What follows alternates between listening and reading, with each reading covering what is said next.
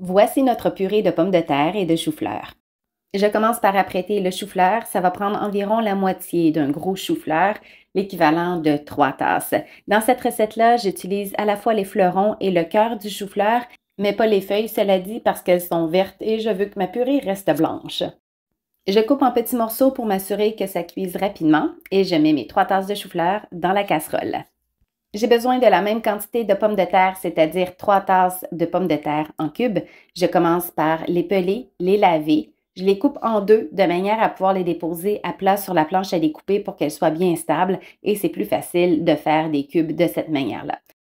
Idéalement des cubes assez petits, tous de la même taille pour faciliter et accélérer la cuisson surtout.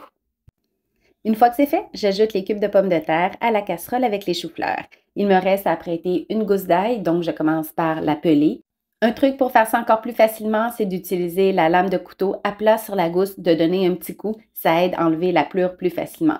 La gousse d'ail, je la coupe en 4 tout simplement et je l'ajoute aux légumes. J'ajoute de l'eau, je couvre les légumes ou presque, je mets aussi du sel. Pour les faire cuire, je mets le couvercle, je porte à ébullition, ensuite je réduis le feu, puis à feu moyen doux, je laisse mijoter les légumes pendant 15 minutes ou jusqu'à ce qu'ils soient vraiment bien cuits, très tendres pour être bien réduits en purée. Je les égoutte et je les remets rapidement dans la casserole parce que s'ils sont chauds, ça va permettre au beurre que j'ajoute de fondre. Donc, je mets un peu de beurre, un peu de lait ou de crème et je réduis en purée. Je peux utiliser soit un pilon à pommes de terre, un presse-purée ou encore un pied mélangeur.